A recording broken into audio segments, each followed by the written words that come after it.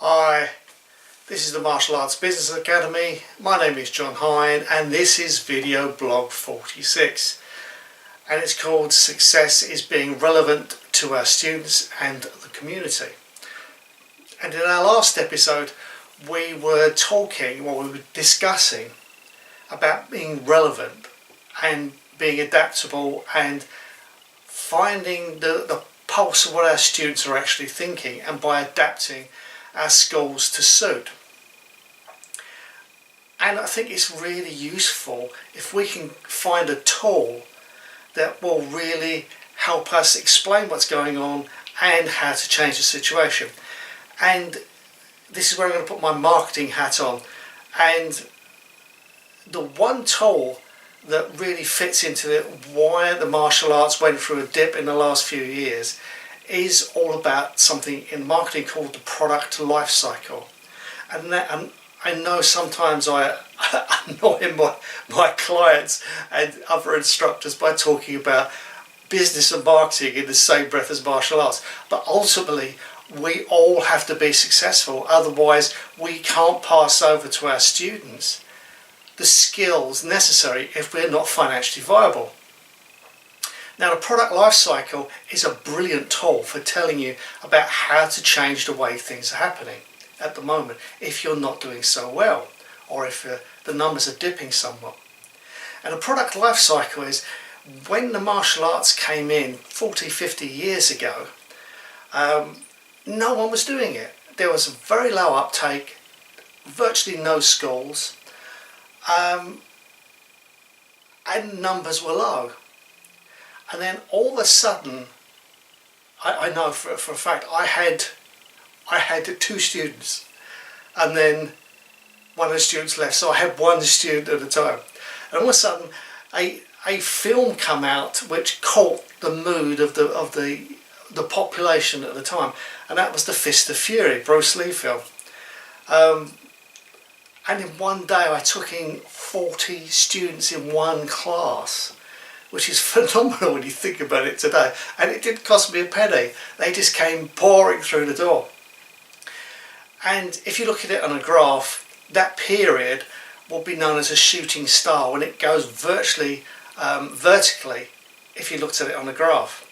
And this can take place over months, years in some instances, going straight up. And that's what the interest in the martial arts was. It was new, it was different, it was dynamic, it was exciting, all those cool things.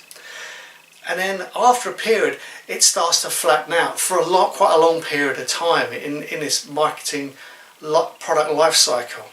And this period is called a cash cow, which is when you don't have to market much, and the excitement and the desire to do what we're doing is still very strong in people. This can go on it's actually been going on for decades.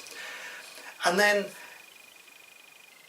you get to a point where it starts to become a bit old hat. You know, they've seen it, they've done it, everyone's done martial arts, who's going to do it now? That's a sort of thing that goes on. And then it starts to dip, which is known as a problem child in marketing. And if this goes on for too long, it's called a dog. You're in real trouble when it's a dog. But the nice thing about this tool, the product life cycle, is that you can change things around, because it's telling you that you need to change, that we need to innovate in some way. We've got to adapt to what's going on in the population. And if we can adapt, and if we get in the pulse of what our students are actually thinking, we can change the way we teach our classes to make it more relevant to them and more relevant to the community. And then what was now a problem child, you've done some really good adapting, and it now can take off as a shooting star. And you can see this in product. There was a product in the UK which was an Apple type based product, and it was a very old product and it wasn't doing so well, and figures were falling. And what they did was they brought a new team in, and they changed the packaging and they changed the marketing, and they doubled the price all of a sudden it was going to be perceived as something really exclusive. And the numbers took off. It just resurrected the brand completely, and numbers took off. Now, I'm not saying that you should double the price of what you're teaching, although some of you may be able to get away with it, and because you're worth that much. What I am saying is that if we can adapt, we can turn things around, and we have to adapt. We can't just simply stick our heads in the sand and say, well, we've done it for the last 300 years, why can't we keep doing it now? Because ultimately we have to deal with other people, and other people are changing very rapidly.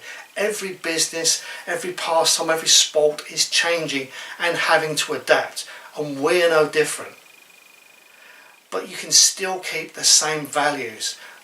The same values shine through in your teaching and in your classes, and it doesn't matter how much you change it. Those values, if you hold true to them, you are still giving the great value and the greatest training, even though you may have changed things. So don't be afraid to adapt, but always look to your students to get the information from. Always look from local community. Always look around and see what's going on around you. This is John signing out. Have a great week. Bye.